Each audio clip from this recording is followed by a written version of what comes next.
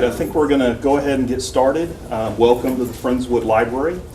One of the privileges of living in Friendswood and being so close to NASA's Johnson Space Center is we have these opportunities to meet and hear from some of the pioneers and innovators of the space program. The library has been able to facilitate programs with people like Flight Director Glenn Lunny, Flight Controller from the Apollo program, Cy Liebergott, astronauts like Jerry Ross. We are equally excited to present our speaker tonight, astronaut Mike Foreman. Mike spent 40 years in federal government service as a NASA astronaut, naval officer, and project manager. Career highlights include 5 spacewalks totaling over 32 hours outside the International Space Station, performing very high altitude construction tasks. He holds multiple engineering degrees and is a distinguished graduate of the U.S. Naval Test Pilot School. Mike has flown more than 7,000 hours in over 50 different aircraft. Please join me in welcoming astronaut Mike. Thank you, Matt. Appreciate that. Thank you so much. Wow. Oh, thank you. Thank you. Looks like the seating worked out perfectly. These guys, what planners they are, huh? They knew in advance exactly how many chairs to set out. Well, it's great to be here, you know. Yes, Matt, he's all about it. I get a chance to take this show all around the country. In fact, I was in France last year talking about this stuff. You know, this is the first time I've ever been invited to speak in Friendswood, where I've lived for 20 years. So that's all right. That's all right. You got Jerry Ross. I know you got good guys to come and speak. So it is great to be here, get a chance to talk to you guys. What I'm going to do is I'm going to talk to you about my second space shuttle mission, my last space shuttle mission actually, STS-129, which we flew in November of 2009. And what I'll do first is I'll introduce you to my crewmates here in a second on via slides, tell you who they are so that when I play the video, you will understand, you know, who these people are. You have a little bit of a background on them. And I hope that everybody can hear me, because I don't think we need to use a microphone in here, do we? Everybody can hear me pretty good if I speak up? Okay. So that's what we'll do. At the end, we probably will have a little time for questions, so we'll be thinking about your questions, and we'll entertain those at the end. So first, let me direct your attention to this picture up here. This is my check-in picture when I moved to Friendswood. Everybody got their picture when they moved here? Didn't you? They take your picture. So this is 1998 when my family when we moved here in 1998, 20 years ago. That's my check-in picture right there. Only if you have a background. Only if you have a record. Renee, we got your picture up at the post office. Yeah, okay. Don't start with me. Okay. All right, then we progress along, you know, and I got some other pictures here. So, STS-129, maybe we dim the lights. It might actually show up better. What do you think, Karen? Matt? Yeah. Sir. Perfect. I always get a kick. This is the official NASA crew picture for STS-129, the Space Shuttle crew STS-129. I chuckle when I see it. You probably don't, because you're not seeing what I'm seeing. I'll point out what I'm seeing. So 3 of us on this mission had gone to space before. These 3 over here. We had all been on missions before. Leland and myself, we had been on one mission before. This was Charlie Scorch, Charlie Hobaugh's 3rd mission. I'll remember his name in a second. These 3 guys over here had not been to space before. So we kind of hesitate to call them rookies, because they were really well trained, and that's kind of a bad word, I think. We never call them rookies, but it felt kind of like we were standing there, and all of a sudden the cameraman said, okay, if you're not a rookie, take a step to the right. And we all stepped over, and then we snapped the picture. So that's the official crew portrait for us. Uh-oh. Help. Plug in or find. We pay the bill here, Matt? It's plugged in. Oh, it came unplugged. Oh, it came unplugged. I hate that. Good fix. All right. Technology. What do you know? So 6 of us, right? You might be thinking, hey, wait. I remember space shuttle crews had 7 people a lot of times, and that is true. The space shuttle could carry 7 astronauts to space and back. one of our primary missions on this mission was to go to space and bring back Nicole Stott. Nicole Stott, another American astronaut, she had been dropped off at the space station on STS-128. Coincidentally, the mission before STS-129, and she had been up in space for about 3 months, and we were going up there to bring her back. So I'm going to show you a picture of her before we get the video going, so you know who I'm talking about. But officially at NASA, she's not part of the STS-129 crew because she didn't launch with the STS. Well, that's how they draw that distinction. If you launch with that crew, you are part of that crew. If you come back with that crew, well, you're not officially part of that crew. So she wasn't in our crew picture. Okay. Come on in, people. I'm used to people walking out while I'm talking, so yeah, there's plenty. I think there's some seats up here. So individually, this is Charlie Hobaugh. I do remember his name. He's our commander. Call sign Scorch. Scorch was a Marine Corps fighter pilot and aptly named, and he was our commander. So in space shuttle days, now the space shuttles are retired, but sometimes if I talk, I'm talking like they're the here and now, but they're not. They're in the past. We had 2 guys in charge. We had a commander and we had a pilot. We didn't have a pilot and a co-pilot. We don't want to call anybody co-pilot. That would be derogatory for an astronaut to be called co-pilot. So we didn't have pilot, co-pilot. We had commander, pilot. We didn't have captain or first officer either. We had commander and pilot. So think of it this way. Scorch is our commander. Captain Barry Wilmore, a Navy fighter pilot, we call him Butch. He is our pilot. So to simplify, Scorch is the guy flying the space shuttle. Butch is the guy there to push the button to make the wheels come down when we come back to land. Okay. True story. So we're all good friends. And last November, I had breakfast with Butch. Butch lives over in Webster. He's still working at NASA. And I met him for breakfast. And while we were having breakfast, I said, Butch, I got to apologize to you. And he said, Mike, why? I said, because I go around the country, around the world, in fact, I talk about our mission, and every time I introduce you, I say, you're the guy that was there to push that button to make the wheels come down. And he looked at me, and he goes, Mike, it was 2 buttons. You know, when he said that, I remembered, yes, to put the wheels down in a space shuttle, the pilot had to push an arm button to turn the system on, and then the down button to make the wheels actually come down. So it was 2 buttons. I said, okay, 2 buttons. That's why it took us a year to train you. So that's Butch. And a little backstory on me. One of my jobs in the Navy, I was a test pilot. I was also a test pilot school instructor, Patuxent River, Maryland.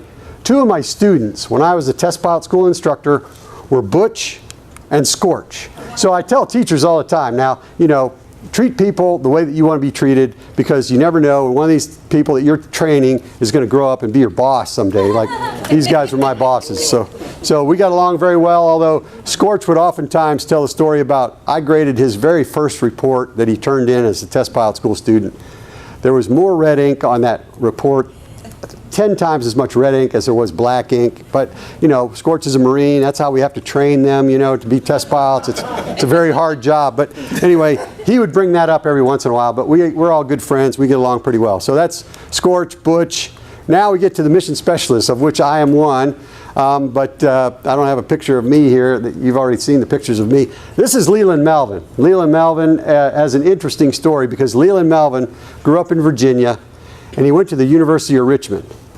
And Carl Gustafson back there grew up in Virginia. But Leland grew up and went to the University of Richmond. He studied chemistry at the University of Richmond. He also played football. He was such a good football player at the University of Richmond that he got drafted after he graduated and went to play for the Detroit Lions. Wow. People tell me the Detroit Lions are a professional football team. So Leland said. Unfortunately, he got injured early in his career. He left the Lions. He got picked up by the Dallas Cowboys. Most people have heard of the Dallas Cowboys. But he got injured again. And at that point, they said, Leland, we think you're going to have chronic hamstring problems. We don't see you having a long career in the NFL. You should probably think of another line of work. He said, well, okay, I got this chemistry degree. I could be a scientist at NASA. So I'll go back to my home state and I'll get a job at Langley, NASA Langley, a research center in Langley, Virginia, which is what he did. And he worked there, and he went back to school, and he got a master's degree in material science. He's actually an expert in fiber optics also. And one day he decided, hey, I think I'll apply to the astronaut program. So he did. Now back to me again, because I'm the one controlling the conversation. I get to say who I talk about, but I always wanted to be an astronaut. When I was a kid growing up in Ohio, when I was 8 years old, I wanted to be an astronaut, you know. So I was trying to be an astronaut for a long time, you know. I applied many times to the astronaut program, and finally, the 7th time I applied, I got to come down here and I interviewed. I went through all the medical tests, and I didn't get selected. And 2 years later, the 8th time I applied, I came back down here, and I had all the medical tests again. Even the proctologist, you know, wanted to see me again. And that was for you, sir.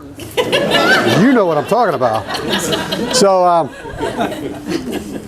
came back down the second time in 1997, and who do I meet in my same interview group? Leland Melvin. So I had been wanted to be an astronaut for about, at that point, probably 32 years. Leland wanted to be an astronaut for about 32 minutes, you know. We both got selected. The good news is we both got selected in that class, the 1998 class of astronauts. The bad news is I don't like Leland very well because, you know, he just decided, oh, I think I'll be an astronaut, and poof, he was one. I do think it's funny. Leland, as a retired astronaut, goes around the country and tells his story. Well, I was a pro football player. That didn't work out, so my backup plan was to be an astronaut. Yeah. So Leland Melvin, good friend of mine, I joke. This is Randy Bresnik, another Marine fighter pilot, call sign Comrade. Randy actually could have had the job that Butch had in this flight. He could have been the pilot on this mission because he was hired in the astronaut class in 2004 to be a pilot, shuttle pilot astronaut. Well, we found out early in Randy, his training, that he was really good at the spacewalk training. He was so good at it that we thought, you know, if we put Randy on one of these missions as a pilot, we don't let our pilot or our commander do spacewalks in the space shuttle days because we don't want them to get hurt, you know, not have somebody to fly the space shuttle back or push that button or 2 buttons, you know, to make the wheel. So we didn't let them do spacewalks. So we said if we put him on as a pilot, he's not going to get to do a spacewalk. We won't be able to utilize that talent that he obviously has. So let's put him on this mission as a mission specialist, which we did.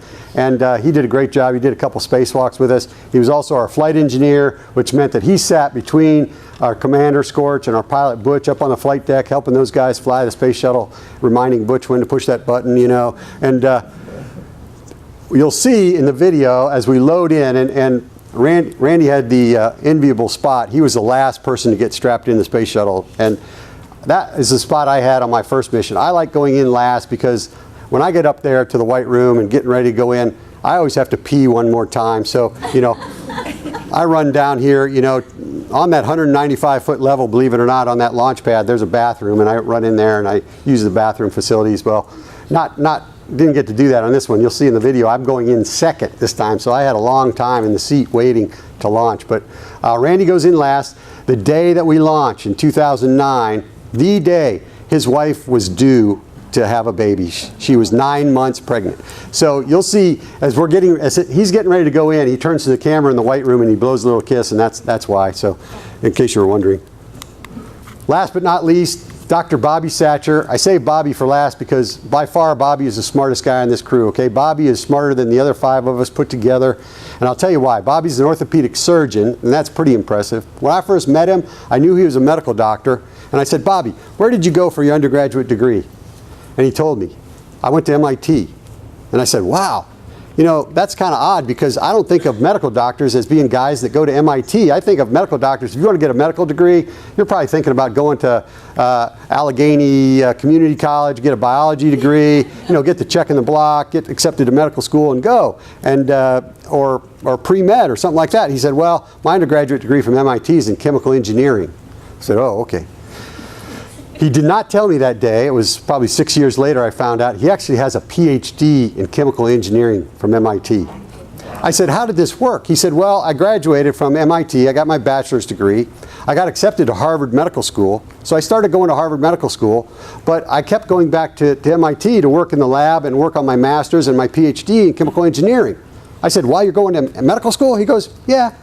Pretty much, you know. I'm like, what? Is there smoke coming out of your ears? You got to be kidding me. You know, this guy is like all kinds of smart, you know, and the most laid-back guy you ever want. If you need an orthopedic surgeon to work on you, you want Bobby Satcher. His heart rate never goes up about 45 beats a minute, maybe. very cool customer and a great guy. Did a spacewalk with him. When I was a kid, going back to me again, growing up in Ohio, my mother was a nurse. And one day she said to me, she said, Mike, what you should do, you should go to MIT and become a doctor. She said that to me. I don't know why. I understand the doctor part. You know, a lot of mothers want their kids to be doctors. I don't know what the MIT part, maybe she met a doctor in her career somewhere. She was impressed with him. She thought I should follow in his footsteps. I don't know. She said, go to MIT, be a doctor. I didn't want to be a doctor. I didn't even know what MIT was. And so I know this. My mother's favorite astronaut on STS-129 is Bobby Satcher because he went to MIT and became a doctor. This is Nicole Stott. This is actually, we're getting suited up now, getting just about ready to re-enter, come back for re-entry on the end of this mission. So just wanted to see a little quick picture of Nicole here. And now the big test is to see if the video plays. People ask me sometimes if you were ever scared. I say, well, when I hit the button and I'm waiting for the video, I hit it one more time and see if that makes it. There we go. Perfect. Okay. Awesome. Awesome. So this is our mission patch, STS-129 mission patch. We designed that ourselves with a little help, but crew designed that thing. We put our names on it. This is a Space Shuttle Atlantis on the launch pad. Here we are all suited up, ready to walk out. Orange suit. What team? Hear that applause? What team? Cape Canaveral. Okay. Hear that applause? Some people will applaud anything. We get into this Astrovan. Astrovan's been taking astronauts to the launch pad for decades, so it's kind of a tradition. We get out, we find the elevator, we take the elevator up. Here we are outside the elevator, wandering around looking for the space shuttle. Oh, here it is. Here's our commander. That's Scorch getting strapped in. There's me back there getting ready to go in. There's Butch, our pilot. Leland and Bobby had to take one more picture with somebody there, and then Randy, last to go in. Quick kiss. See ya. Firing chains armed. Pressure water system activated. TMS 10, 9, 8, 7, 6, 5, 3, 2, 1, 0. And liftoff of Space Shuttle Atlantis on a mission to build, resupply, and to do research on the International Space Station.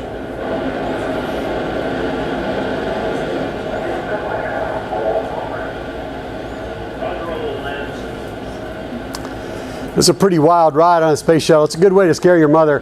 But when we launch, when we launch, the space shuttle weighs about 3.5 million pounds, and we have 7.5 million pounds of thrust. So when those solid rocket boosters light off, you definitely know you're going somewhere. You just hope it's not Disney World.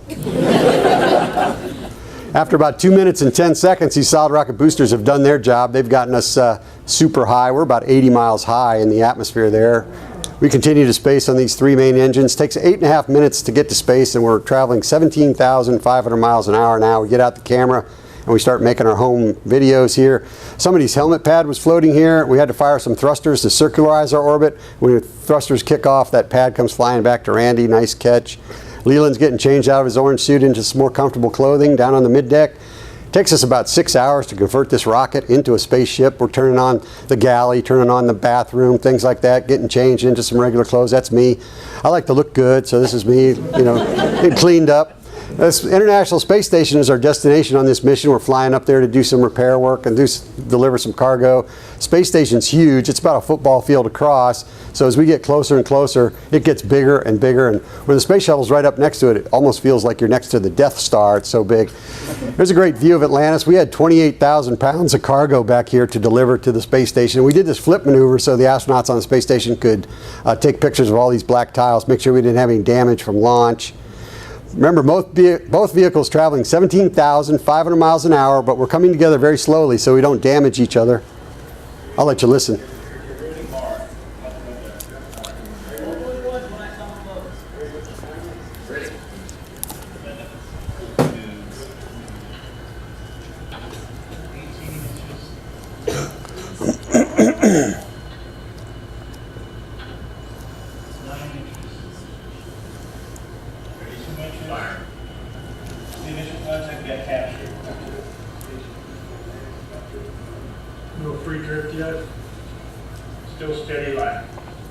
So we get docked to the space station and we open the hatch and we float inside. There were 6 astronauts and cosmonauts already on the space station, so it was a little bit of a mini reunion here real quick. And then we got right to work. Well, Butch got right to work filming a tour of the space station. He got Jeff Williams with the camera from the space station crew to follow him along. This is the Russian segment. This is where the Russians do their experiments and where they live and the different compartments on the Russian end of the space station.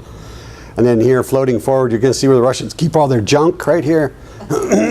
Here's the airlock. This is the space station airlock. We're getting ready for the first spacewalk. There's a Belgian astronaut, Frank de Winne, and this is the U.S. laboratory where we do our experiments. Floating back, this is Canadian astronaut Bob Thirsk. And to the right here, you're going to see the European laboratory we call Columbus. And to the left is the Japanese laboratory called Kibo, which means hope. Now we're going to float down through this tunnel and come out on the middeck of Atlantis. Try not to get claustrophobic here for a second.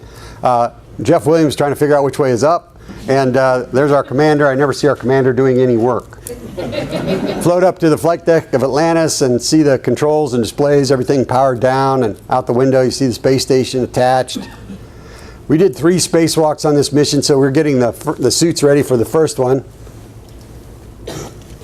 Here we are in the airlock, getting in our suits. That's me on the right. That's Butch and Nicole with us, and that's Bobby Satcher. They're putting Bobby's helmet on right now so that we can go outside and do this spacewalk. You want to make sure that you have your helmet on nice and tight before you go out in the vacuum of space. You don't want to have any leaks. Float outside, beautiful views outside the space station. It's amazing. I tell the astronauts that don't do spacewalks, the view from inside is pretty good. The view when you're outside is just amazing. You got that full panoramic helmet view. That on my cuff checklist says go Navy, beat Army. We can talk about where I went to school. This is an S-band antenna that I'm unbolting, getting ready for Bobby. Here's Bobby. He's coming over. They're bringing him over on this robotic arm. This is from Bobby's helmet camera. Bobby had the easy job riding on this arm the whole day. He took 376 pictures with that still camera during the spacewalk. I think that's a record. Leland and Butch are the ones controlling that robotic arm inside. So they're taking him where he needs to go. They brought him close enough to me. I handed him this antenna. I said, don't hit me with it, please. And they took him over to the space station. I met him over there on the space station side, and here we are installing it on the outside of the space station. There's a reflection of Bobby.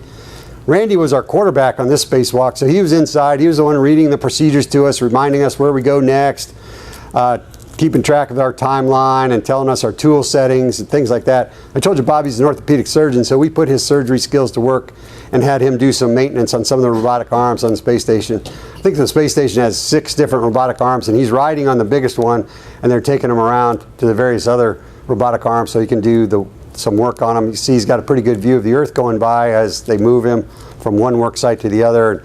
This is the Japanese robotic arm, and he said, Mike, I'm an orthopedic surgeon. I can use this same grease gun on your knee if I need to. They're looking at Bobby's helmet camera on that laptop to determine when he needs to move again. 2 days later, Randy and I did the second spacewalk of the mission. So that was Bobby's first spacewalk. This is Randy's first spacewalk. And this is my 5th spacewalk that I'm about to do here with Randy.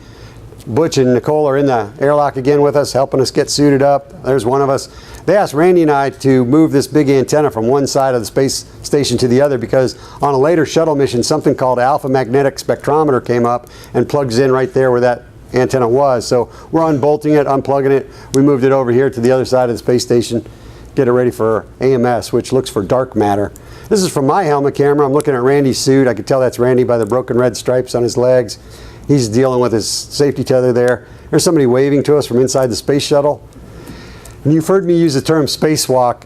It's a little bit of a misnomer because you don't use your legs around the outside of the space station. You're just floating out there. There's nothing to walk on. You would just float off. So it's just 6.5 or 7 hours of climbing around on all these handrails, getting to where you need to go. And we don't move this fast, though. This video is kind of sped up. We don't want to fall off. It's 250 miles down. Careful. Come back to the airlock and come back inside. Now, when we cut this video together at the end of our mission, my crewmates said, we got to put this scene in the video. I said, why? They said, because it's just hilarious what it takes to get you out of your suit. And I said, I don't think it's funny, but Butch there is actually standing on my legs, holding my sleeves up, and pushing me down out of the suit. This hurts my shoulders just watching. You got to be a contortionist. And I remind those guys, I got big bicep muscles that get caught in the sleeves. I think that's why Leland's not playing pro football. Hits like that. Nicole Stott, this is the space station crew over here. They passed her off to us. We brought her home. So here we are departing.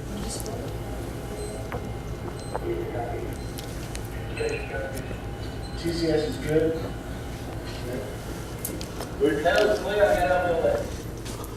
So we've been known to play with our food in space a little bit. Leland has extruded some of his drink bag, his water, into space, and it forms a sphere. And he added these M&Ms for color. If we had some of those Swedish fish candies, we could have made a little aquarium, but we didn't have any. Leland dropping his checklist, starting to feel gravity now a little bit. This is the heads-up display the commander and the pilot see when they're flying back. And I told you about Butch's primary job, right? Wheels, Butch. Butch. It's going to be an ugly video. Okay, good. There we go. Wheels come down. Mission success, Butch. Yeah. This inset view shows how white hot Atlantis is after that reentry. All that heat build up, and even though that runway at the Kennedy Space Center is really a long runway, it's about 3 miles long, we would always in the space shuttle days use a drag chute to help us stop, because the space shuttle is a glider at that point, but it's a very heavy glider with little bitty wings. Needs to fly about twice as fast as an airliner on approach to create enough lift to fly. So we need the help of a drag chute. The drag chute comes off at 70 miles an hour, so we're still using our brakes to stop the rest of the way. But that's STS-129. We were in space for about 11 days. We went around the Earth 171 times. Thanks. Traveled about 4.5 million miles. So between my two missions, I've traveled 11 million miles in space, been around the Earth 421 times. Wow. Yeah, well, that's nothing compared to these guys that spend 6 months or a year up there, but it seems good. So that's my prepared stuff. Now, if you guys have any questions, if you don't, okay, see ya. Okay, yes ma'am. When I was at MIT, Star Trek ran continuously. MIT? Yes. Awesome. In our coffee shop. Okay. And I was just wondering what you thought of Star Trek. I was a Star Trek fan growing up. I like Star Trek, yeah. Yeah. Yes, in the back. Sitting on your mom's lap, or your grandma's lap. Sorry, Joe Beth. You look like her mom. What's that? Does the pilot go on a spacewalk? No, we didn't let him. We didn't let the pilot go on a spacewalk. Actually, you know what? Butch, our pilot on this mission, he went on a mission a couple years ago to the space station as a space station astronaut. He launched on a Russian rocket to get up there, and he did do a couple spacewalks. So Butch now has done a couple spacewalks, and we knew he'd be good at it. You saw he was really good at getting us suited up into our suits before each spacewalk that we did. So it's good that he finally got to do a couple himself. Yes? Do you like Star Wars since you went into space and you saw a lot of stars? Do I like Star Wars? Well, I told that lady I like Star Trek.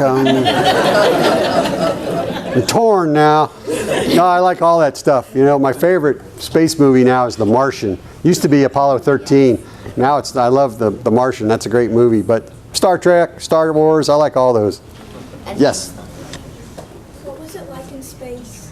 What was it like in space? That's a great question. It's hard to describe a little bit what it was like in space. It's so cool though, because you launch into space. I told you, it takes 8.5 minutes from the time we're on the launch pad until we are in space, we unstrap, and we're weightless. We're floating around because we're in this spaceship that is basically falling the entire time around in this orbit. It never falls to Earth. It just keeps missing the Earth. It just keeps falling around the Earth for the whole time we're there. So we're weightless. We don't feel any gravity up there. And so you're floating around, which is a very cool feeling. Hard to describe though. And then you got this great view from the windows looking back at the Earth. It's just magnificent to be able to see the Earth from that vantage point. I wish I could take you all magically to space, let you look back at the Earth for a few minutes and then bring you back. It's just, once you've seen that, there's just no erasing that from your memory. It's just amazing. We take pictures all the time, of course, but when we bring the pictures back, the pictures don't really do justice for what the human eye can see and the brain can register. So it's just really cool to be in space. It's a fun place to be. With no gravity, you don't have the old guy like me doesn't have those aches and pains. My joints kind of float to a sort of a neutral position, I guess, and I don't feel the pain so much. It's good. We should all be living without gravity. Yes, sir. Way in the back. What's it feel like when you take off? What does it feel like when you take off? How many people have been at a stop sign in their car and had somebody ram into them from the back? I have. I have. That's what it feels like to launch in a space shuttle. You're sitting there, you're strapped in. I mean, I'm strapped in so tightly, the guy that strapped me in, because I'm laying down on my back, he had his knee on my chest so that he could pull the straps tight around my shoulders. No kidding, knee on my chest. I mean, there is no budging from that position. You're not going to fall out of your seat, no problem. When those solid rocket boosters light off, there is no throttling them up. They're like 0, and then all of a sudden they're 100% thrust.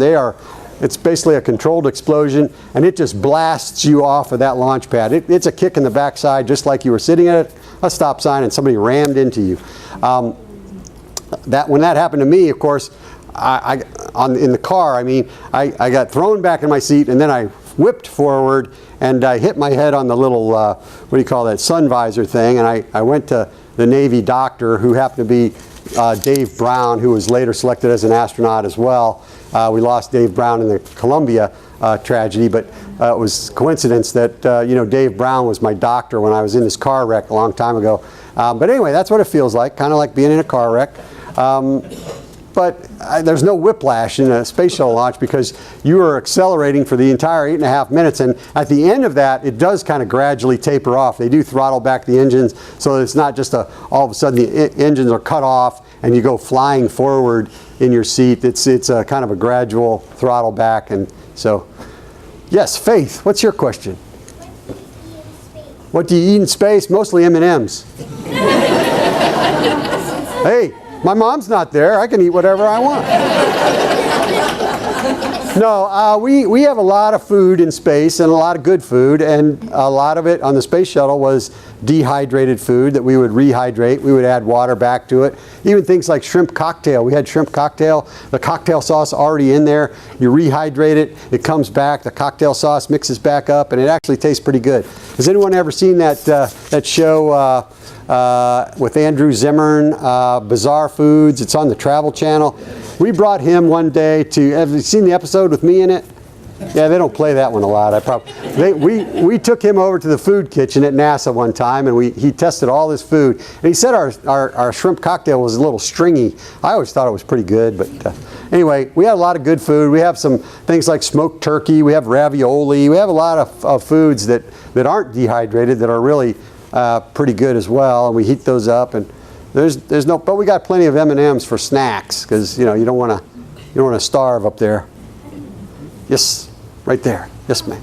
What was your favorite part of being in space? My favorite part of being in space is probably doing a spacewalk and looking out the window. But doing a spacewalk is pretty cool because you got this full window in front of you the whole time, and when you're out there, sometimes you're a little too busy to actually enjoy the view. But looking out the window back at Earth, every astronaut that you ever talk to, if you say, what's the best thing that you did while you're in space, would say, looking back at the Earth, because it's just magnificent. You just can't say enough about it. It's just amazing. So that's definitely the best thing. And getting to fly to space with your friends, because when we train on these crews, we get together for a year, and even though I can't remember Charlie's last name for a second there, we're good friends, and we get to know each other pretty well. So it's fun getting to go do that mission with your friends too. That's pretty cool. Yes? So, what are some of the requirements to become an astronaut? And could you describe some of the tests you go through? Is this for a report?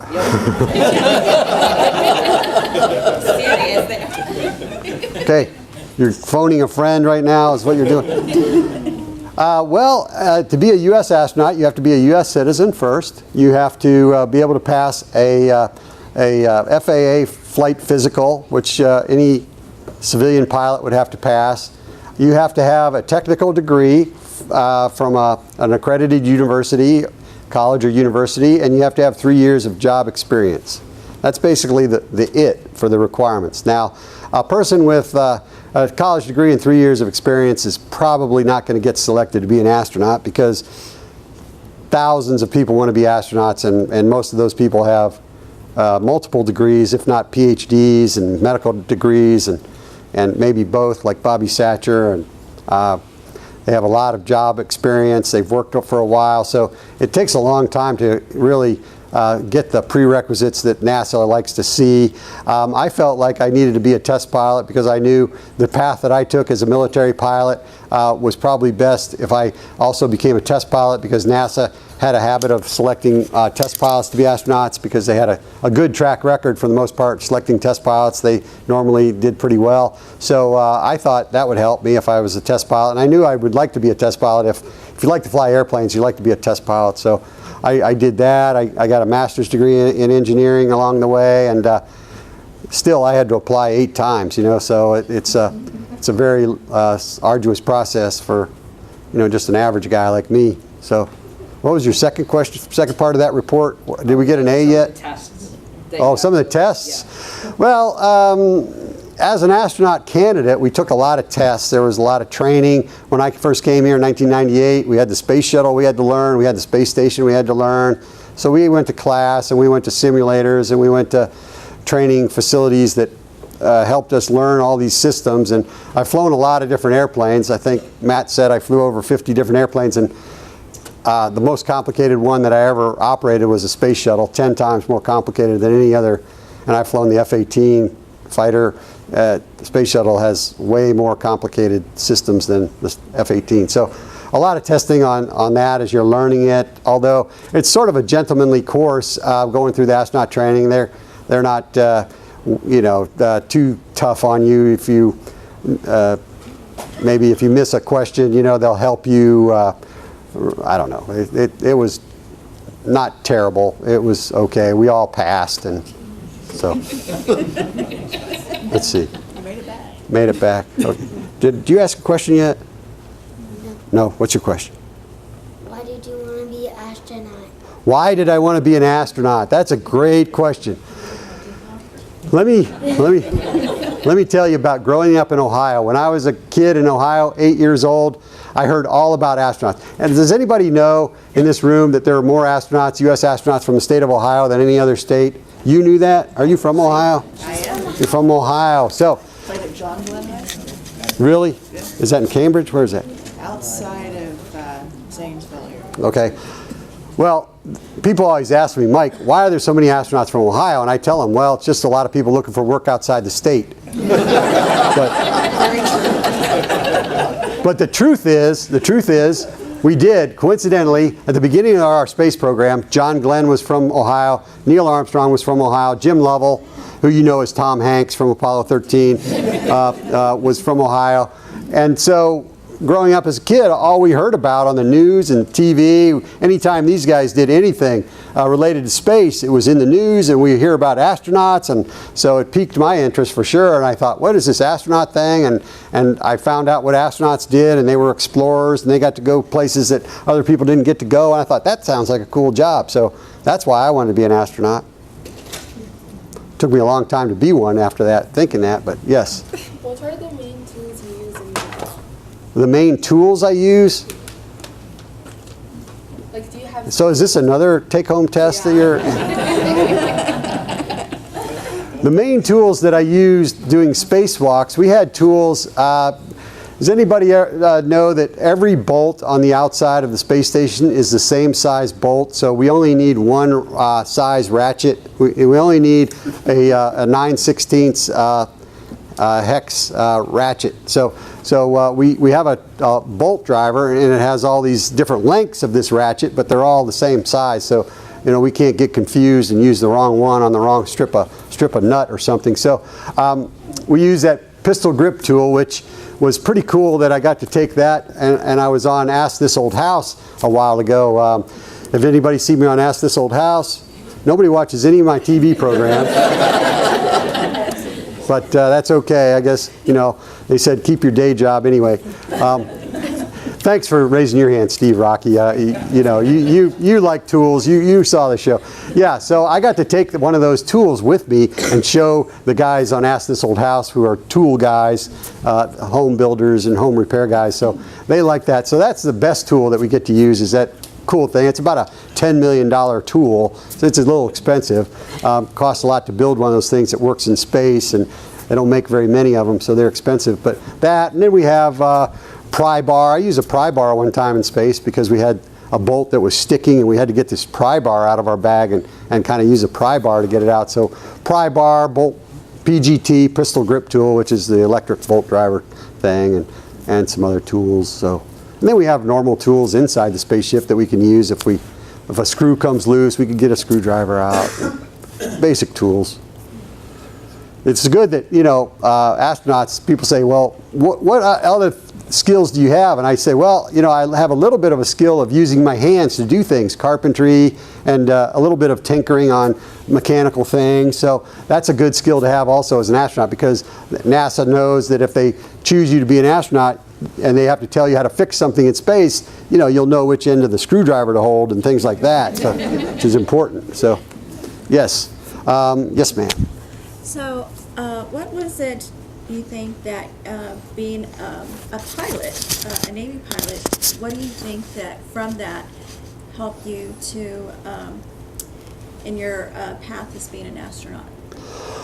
Well, I think, the reason I set off on this path to become a pilot and then become an astronaut was because as an 8-year-old kid, I studied up on these astronauts.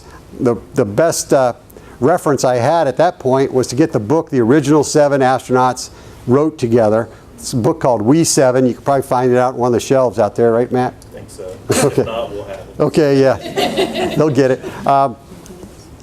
The original 7 astronauts wrote this book, and it described each of their paths to becoming an astronaut. Well, they were all pilots. In fact, 4 out of the 7 were naval aviators. A naval aviator is a pilot in either the Navy or the Marine Corps. John Glenn was a Marine Corps pilot. So my 8-year-old brain, I said, well, obviously the path to becoming an astronaut is becoming a pilot and then going off and becoming a test pilot probably and studying real hard and getting selected to be an astronaut. So that was the path I chose because the original people that I heard about being astronauts had gone that way. Now, today it's not that way. Orthopedic surgeon, and we have all these. Leland Melvin, a former football player, chemist, and so we have a lot of non-pilots as astronauts. In fact, more non-military astronauts than military. When I first came here, it was the other way around. We had more military astronauts than we did civilian astronauts, but it's going the other way because now with the space station, we don't need as many pilots to fly the vehicle. We need to get there and get back, but once you're there, it's mostly spending time living and working in space and learning things, doing science experiments. But that was the path I picked, and I really liked being a pilot, so it worked out for me because people ask me the question all the time, well, what should I do if I want to be an astronaut? And it's a tough question because we have probably over 200, nearly 300 U.S. astronauts now in our history, and probably no 2 of them took the exact same path to become an astronaut. It's to each his own, sort of. NASA is just looking for people that are successful in their field of study. Hopefully it's a technical field. We haven't selected a lawyer astronaut yet, and people have asked us to take lawyers to space but not bring them back. Yeah.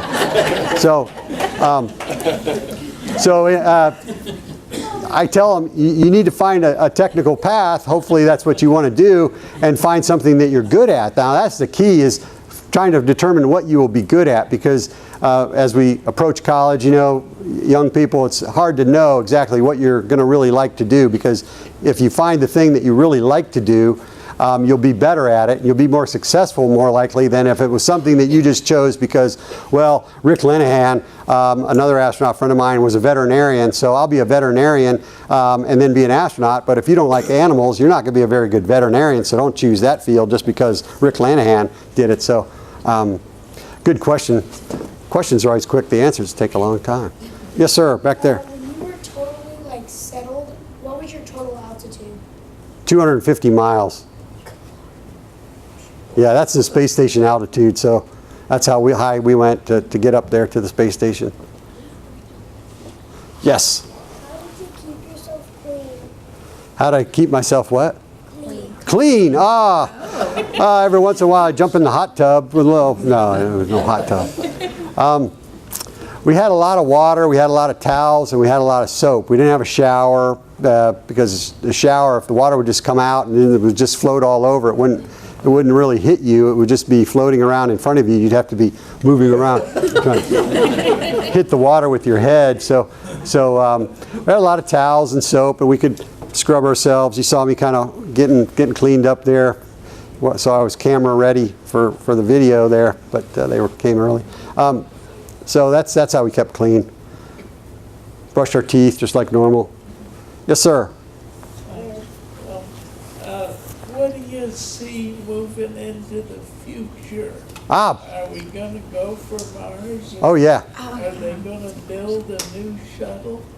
Well, I don't think we'll ever go back to a shuttle again. I think we've evolved past the space shuttle. The space shuttle was a key vehicle to get us to build the space station. We could not have built the International Space Station without the space shuttle because we needed that pickup truck-like thing to take people and take our cargo in the back with us and take it up there and assemble the space station. But I think in the future what we'll be doing is we'll be launching the cargo ahead of the astronauts so that the cargo gets to where we're going before the astronauts do, and that way we don't send the astronauts before we're sure the cargo is there that they need to survive on. So we send the cargo ahead, let's say to Mars. Eventually we'll do that. We'll send all the supplies to Mars that our astronauts are going to need to live there, and then we'll have to figure out how to get our astronauts there because it's such a long trip, and we have a lot of things to overcome, technical issues to overcome, like the radiation that we'll experience and the long trip, and how do we exercise and do all that kind of stuff to keep our bodies fit and make it to Mars, and then be able to get outside and actually build the space base that we're going to need to build there. So we will get there, and you know, people say, well, how do we know we're going to overcome these technical challenges? And I say it's simple. Humans want to go to Mars, and no barrier will hold us back from eventually getting there. We'll solve all these problems that we have, these issues, one by one. We'll solve them because it's built in our DNA to explore, and we will eventually go to Mars. So it's not a doubt in my mind. If you ask me when, well, that's a tougher question because you know, it's an expensive proposition to mount a trip to Mars, and I don't think one country is going to be able to do it. It's going to be a team of countries like we have, a partnership like the space station is, but we'll get there. Yes? To bounce off of what you just said, do you think that NASA is going to eventually evolve into an international space organization? Well, I think NASA is a part of an international space organization already. You know, we have these international partnerships and agreements that kind of marry us together with the Russian Space Agency, Japanese Space Agency, European Space Agency, Canadian Space Agency. So we are already sort of joined at the hip with a lot of these other organizations. You could call it that if you wanted to, but I don't think there's any need to call it an international organization. We're all separate organizations, but we are working in mesh with each other and making agreements and deciding on things.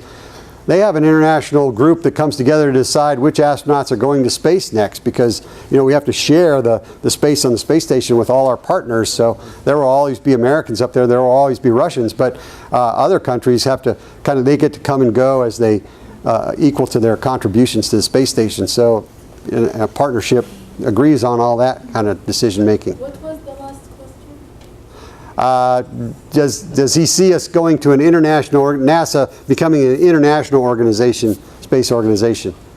Carl. Quick question, I guess. I've seen the pictures of Earth from the space station, but what about other planets and other things that are in space? And what do they look like? Well, different than the moon?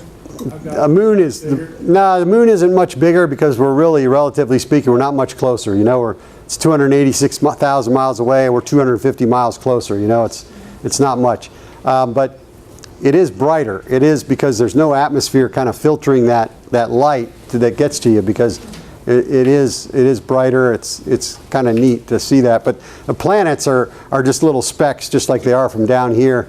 Maybe just a little brighter speck in some regards, but that's about it. Let's see. We're probably getting close. Let me ask a couple. Way in the back. Yes, sir, in the blue shirt.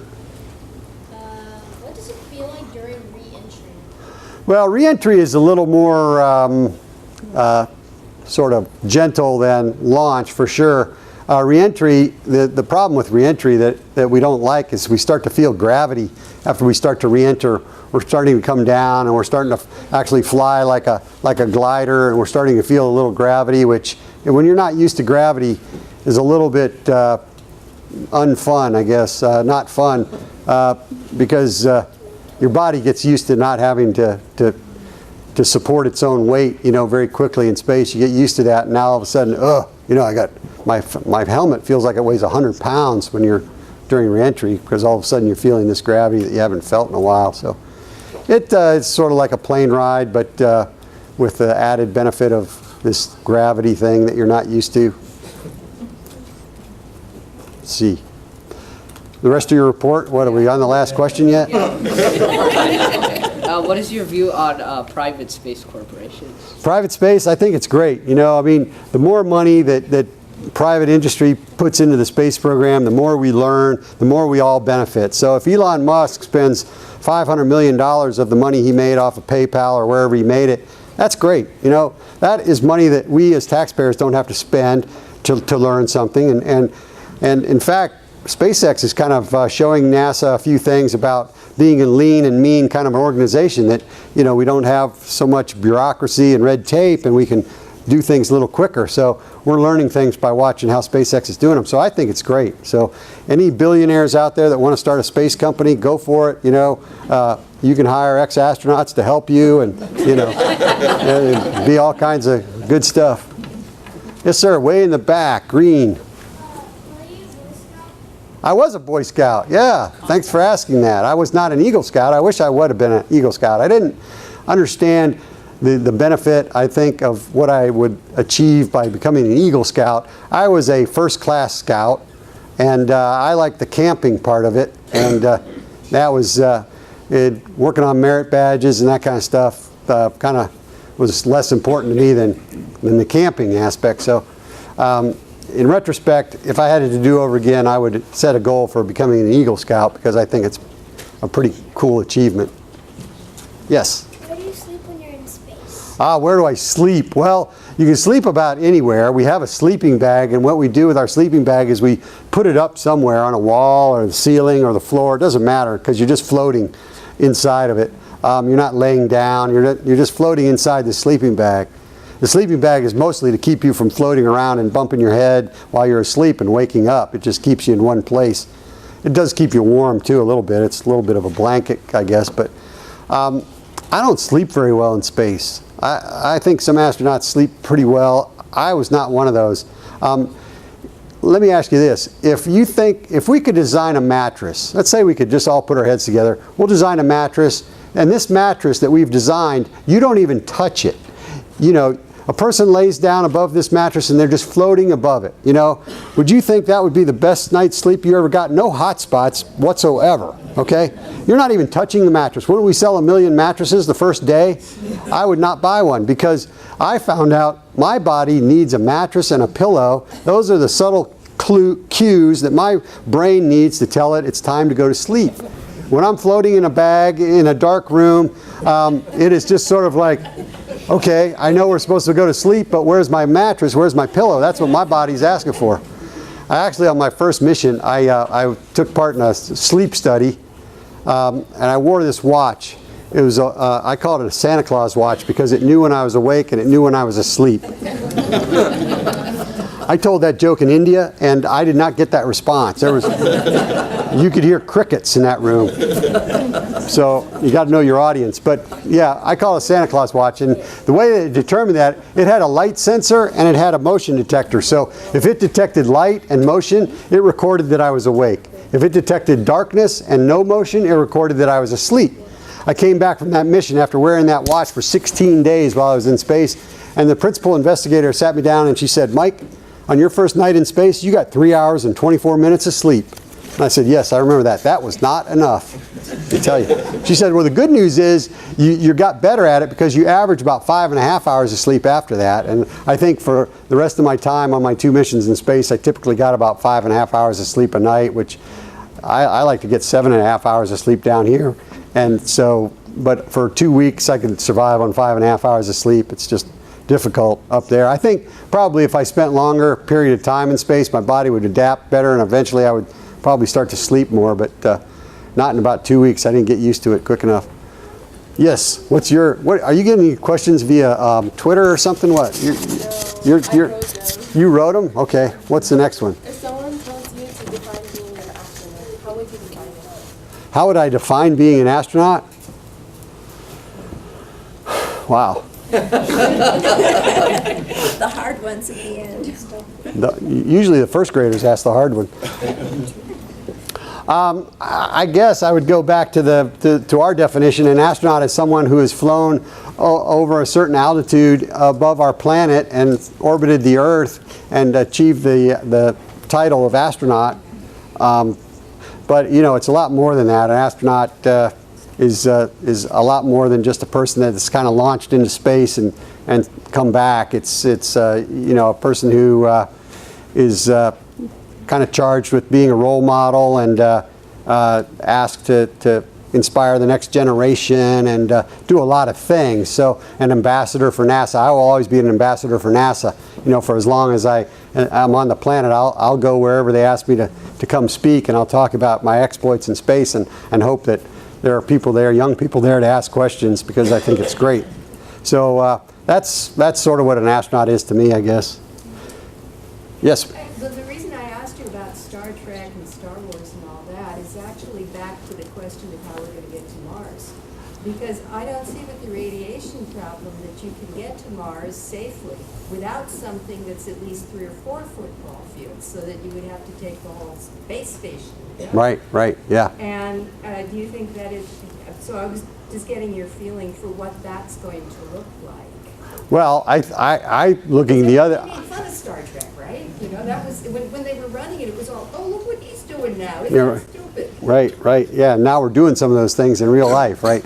And just like you could never imagine, you know, 20, 30 years ago, a pill for X, you know, but now we have a pill for X. You know, you wouldn't have survived something 30 years ago, but now we have a pill for it. So who knows? In 20, 30 years, maybe we have a pill for this radiation dosage that we're going to get, and I don't know what the solution is, but we will overcome the problems. I know that. It's just a matter of time, putting our heads together and figuring it out. Let's see. Orange suit. Did you see me in my orange suit? Did you get to go into the International Space Station mock-up? Oh yeah, I've spent hundreds of hours in the International Space Station mock-up, more than I even care to talk about it. It's so much time. It's like, you know, where we learned all this stuff and where we trained and practiced and all the things that we were going to do. Did it feel like zero gravity to you? No, it's not zero gravity. It's a regular 1G, just like in this room. Yeah, there's no simulating the zero gravity down here on Earth. Gravity is a law of physics. You know, rules are made to be broken, but laws of physics, you know, we can't turn gravity off. So we're going to have gravity down here.